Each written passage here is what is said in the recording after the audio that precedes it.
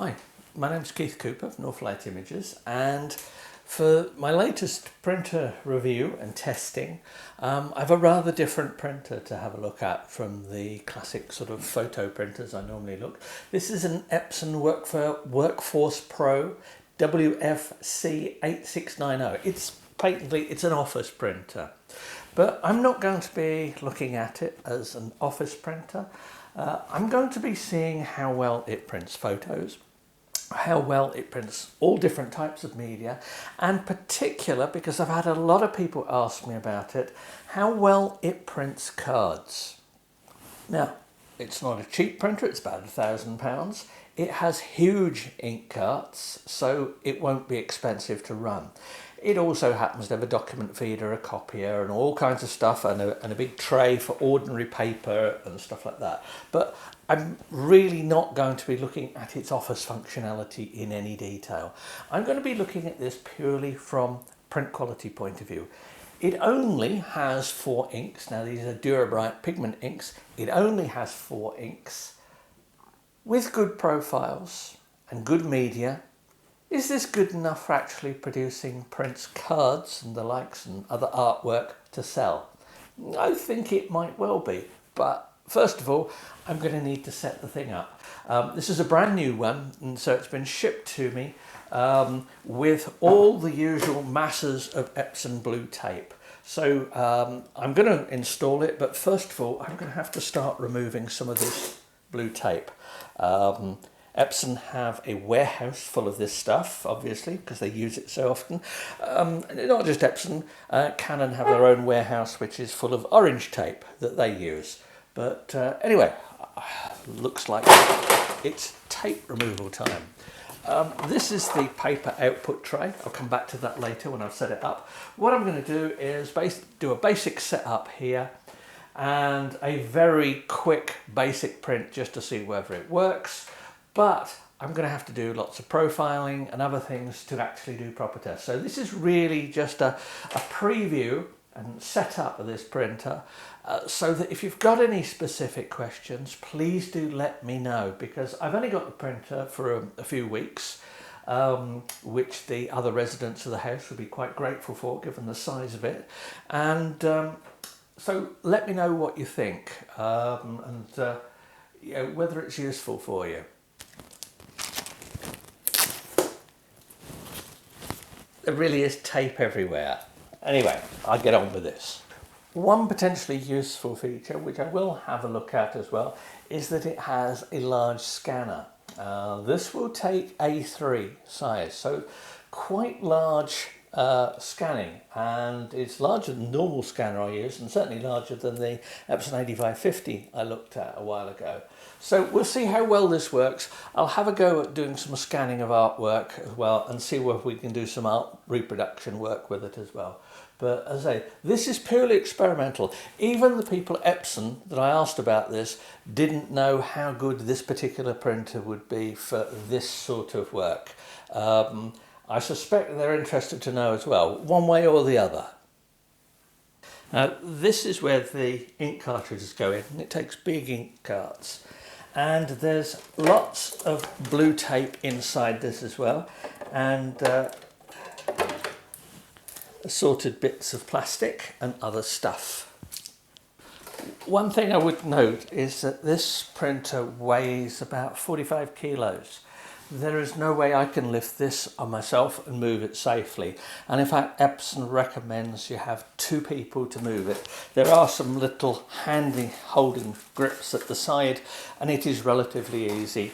We brought it into the house, myself and somebody from Epson who dropped it off for me. But do be careful with a printer like this. I say it's 45 kilos. You may think you're strong enough to lift it easily and move it, but take care. And here's one of the paper trays. Yeah, this is very obviously an office printer. This is a big, robust paper tray.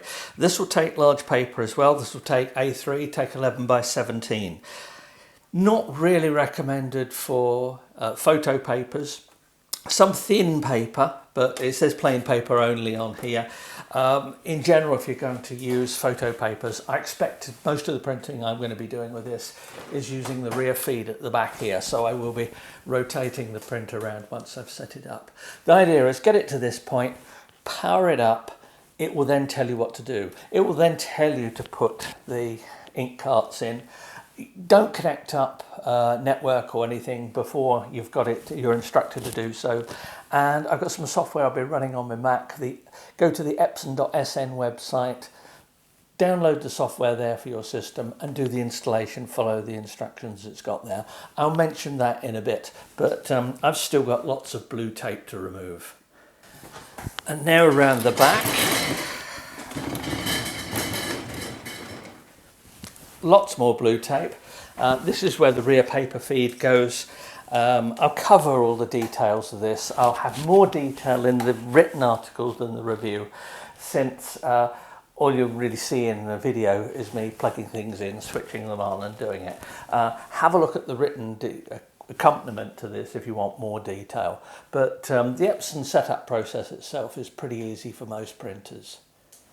One thing I've noticed on the back here, now obviously I've got an Ethernet connection which I could connect up to, may well try that at some point, but there's a USB and it's a fast USB, so it needs either of two types of socket. There is a USB socket that it says it won't take, which presumably the very old USB printer type sockets. I've got both here. That's the smaller one and the larger bluer one, both of which will fit properly into the back of this. Now, don't connect the USB up until you're actually instructed to do so in the setup process, do take care if you're going to connect up a USB that you don't just raid the cupboard and look for an old USB printer cable that you have laying around. Make sure it's a proper printer cable, since this printer does support high-speed USB, which is different to many other Epson printers I've looked at. I would prefer to use probably the Ethernet for connection for this, but that's just because I happen to have an Ethernet connection here because the main switch is just in the cupboard just behind here. So I've got gigabit Ethernet if need be. But anyway, we've got most of the tape off, so I'll sort this out and look at adding some ink. I'll power it up and see what it says. The rear feed mechanism here is quite a solidly built one. You notice the difference between this and something like, say, the P700, P900, which, although they're nice printers, are nowhere near as robustly built as something like this. This is made for heavy office use. It's made for use by people in offices, i.e. people who don't care about printers, so it has to be a bit more robust.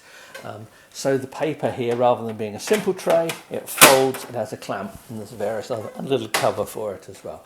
But I'll get back to this when we actually try using the printer. Right, I think that is all the paper, or the blue tape removed.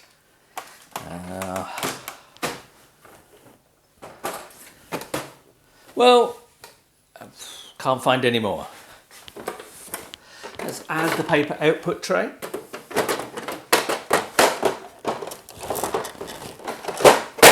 Just fits in. Remember, as I said, this is an office printer, so it's made for less than delicate use. We shall see. Anyway, there it is. I've plugged it in. Well, at least it powers up. First of all, I think we'll have it in English. Touchscreen, very nice touchscreen, big touchscreen. I'm in the UK. Daylight saving time, yes, we're British summertime. Date format. Year, month, day. And it seems to think we're in 2018. Oh, is there some surprises for this in store? Right, it says initialization starts. Install the ink cartridges for setup that came with this printer. And we'll open this here. The ink carts are not a style, I know. They're a general sort of ink cart type. Give them a good shake before you put them in. The pigment inks So yeah, they do. They have a tendency to settle, but in all honesty, I've never encountered a settling problem with inks. But it says give a shake for each cart before you put it in, so I will shake it.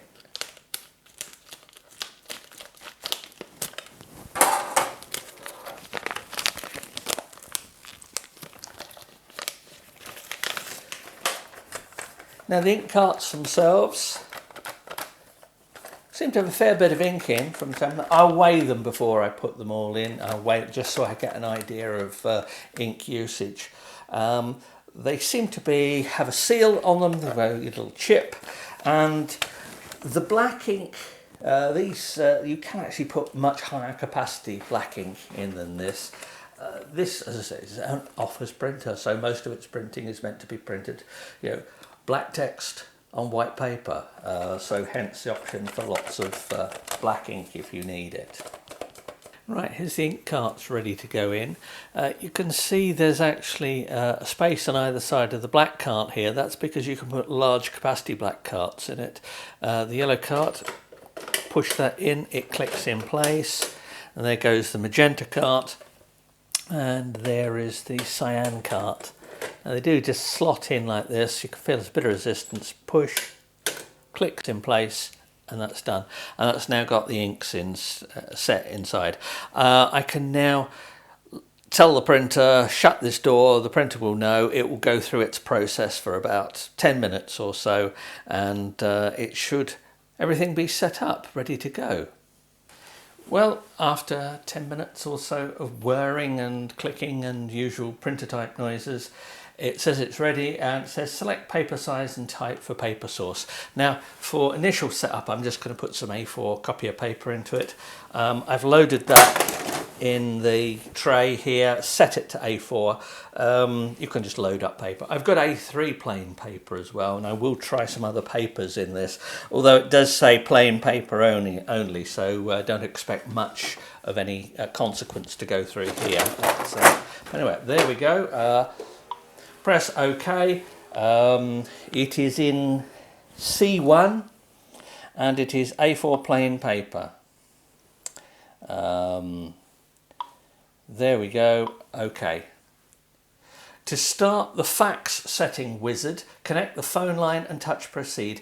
I won't be looking at the fax because basically I don't know anyone who's got a fax anymore. So apart from phoning people up and giving them a nasty whistling noise down the phone, I can't see much use for this one for me. But then again, as I said, I'm not testing this as an office printer. I'm sure people have written reviews about how great this is for an office printer, how it stacks up against others.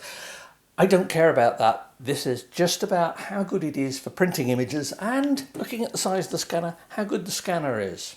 But anyway, we'll close the fax wizard. Well, remind me later to set up the fax. No, I don't want that. And we're here. Everything is set up. It's working. The next bit is to go to the software, install it on, I'm doing the Mac version here, PC obviously as well, install a connection between the two, and we'll see if we can get a print. But this is just all the usual things. We have settings, fax box, memory device. I can plug a USB stick here. It shares it over the network. So I shove a USB stick here. I can access it from a Mac. Copy, scan, fax, all the usual bits and pieces. It's an office printer. But anyway, now to set it up on the software. Right, I've gone to the Epson SN site, or epson.sn, and you can enter model number there, and it will take you through to set up for that particular printer. This is common to most Epson printers, so the more Epson printers you set up, the easier it seems to become. But I need to download some software, the install.navi software, which will download onto my machine. I'm doing this on an oldish Mac, but the process is pretty similar for a PC. So I've got the software here, fired it up, go past the old license agreement, and I get a options that I can install. I'm sorry, Epson, much as I like you, I'm going to disable the send usage information to Epson, and all I need to do for this, I need to install software, the driver, utility software and the manual. That includes scanner software as well. Now it's downloading it. Takes a few minutes, download the printer driver, the scanner and any other bits and pieces it needs, but before long you'll have it set up and it will be ready to move on. Now there's the scanner driver on its way down. That display looks remarkably Windows-like, but never mind, I've not used one of those for years. So once I've got this, I need to connect the printer up. Now I've got three options here. I could just plug the printer into my Ethernet. I could plug up a USB cable. As I've mentioned, high-speed USB is supported on this printer, so I could do that. Or I've decided I'm going to take the easy route and connect it via wireless. And the process is fully automatic with a new printer. You don't need to do much because particularly this laptop is connected wirelessly, so therefore it already has all the access details. So I just I click on that one and get it to do a network setup. Seems to take quite a while for doing this, a few minutes, but eventually it will connect okay, and it establishes a connection, wants to know about IP address. You don't need to change any of these defaults unless you need to know what you need, specific options, and then you'd know what they are. Have a look at the manual if need be, because it's got lots more detail than in here, so there's always more information available. But this is a pretty easy process. I'm going to suggest that in any companies with printers like this, they'll probably have an IT department that's installed it and probably locks you out from most functions, but such are the pains of having an IT department, which I've run a few in the past. So here we go, the printer's now connected up to my network. I've got everything installed. I need to just check that the driver is installed properly, and I'm looking at the Mac driver here. You can see all the printers and scanners that I've got connected up. These aren't all necessarily online at the moment, but there are some of the printers that I have looked at. And most importantly, and I say this every time I load a printer, Canon or Epson, on a Mac, there is no mention of AirPrint there. And where it says kind in the middle of the little display there, it says kind Epson WF-C whatever series. It doesn't mention the word AirPrint. If you ever see AirPrint appearing there, you've got something set up wrong. You need to go back through the setup procedure. So it doesn't seem to be any problem here.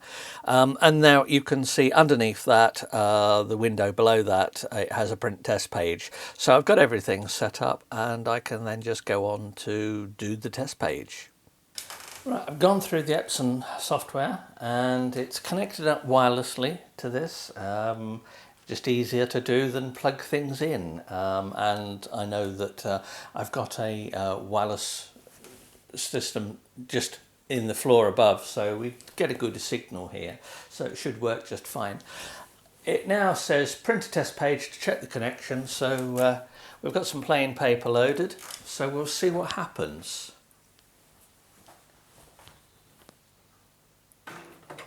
Well, always a good sign when the printer lights come on.